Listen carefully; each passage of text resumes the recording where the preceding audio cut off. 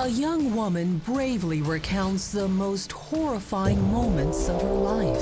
He took off my underwear that I had on. Claiming she was sexually assaulted repeatedly by, of all people, her uncle, a respected firefighter. He was the father to my cousins, so I thought nothing bad of him. He held me down by my wrists to a bed that was never, ever meant for what was done there. And here's the worst part. This didn't just happen. She wasn't even 6 years old when her nightmare began. And then he had me perform oral sex. But now her uncle claims she's lying. There was never, ever, ever any sexual contact. And 14 years later, this courageous survivor is about to be traumatized all over again, this time in court. He put his penis up to my vagina. That's the biggest fear, is that no one's gonna believe you. Her name is Andrea, and her own Me Too story is a chilling recollection. Now, the 19-year-old is bravely coming forward to recall unspeakable acts of horror, she says, at the hands of her own uncle. He made me touch him. Andrea grew up in a quiet suburb of Columbus, Ohio, living a childhood with typical memories of holidays spent with family, including her Uncle Tim. I saw him mostly at Thanksgiving and Christmas. She claims she was only 3 years old when he singled her out, lavishing her with attention. He just showed a lot of favor to me and told me I was pretty and, touched my hair, which was, I guess, kind of odd, considering there were so many of us. Odd indeed, but Tim Durbin's behavior seemingly flew under the radar of Andrea's parents, who Andrea says never noticed their little girl becoming a sick object of attraction for a man pushing 40. Fast forward a few years. Tim started working construction jobs to supplement his income. That's when Andrea's parents hired him to remodel their home. He did the construction for that. Andrea was only 6 years old at the time. But suddenly, with Uncle Tim around the house all day working, she says he soon began paying creepy visits to her bedroom. He would come to my room when people weren't really around.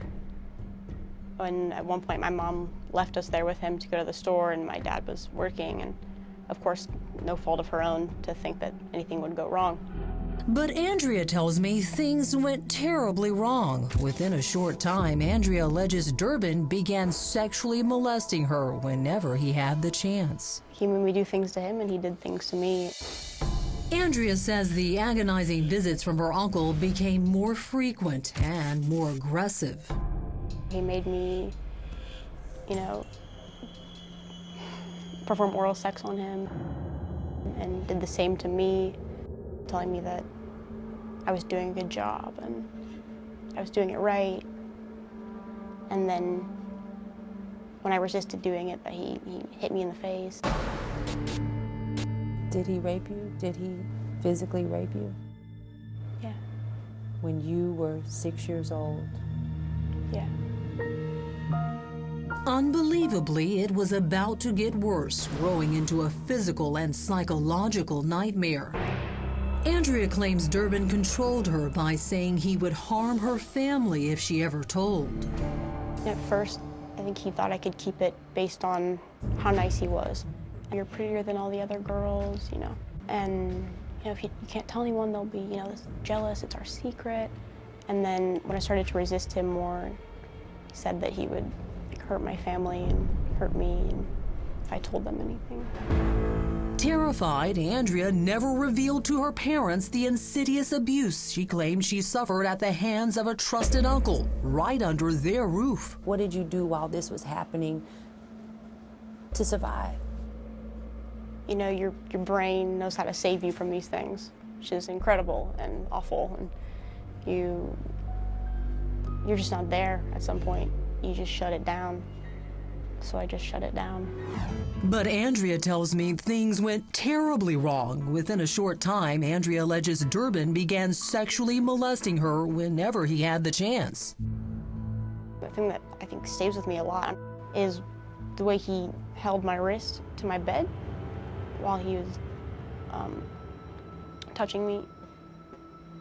I still can't be grabbed in that way, ever. I unravel if someone does that. You have a bit of PTSD from what he did to you. For sure. While Andrea says she was happy to be rid of the monster, what he left behind was a deeply scarred child, still hiding the secrets that would haunt her for the rest of her life. As the years passed on, it looked like Uncle Tim would never pay the price for what he had done. Or would he?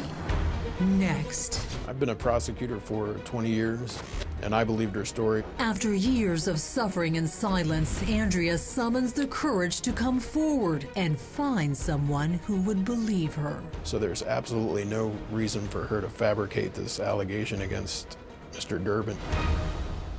It's stamped in your brain.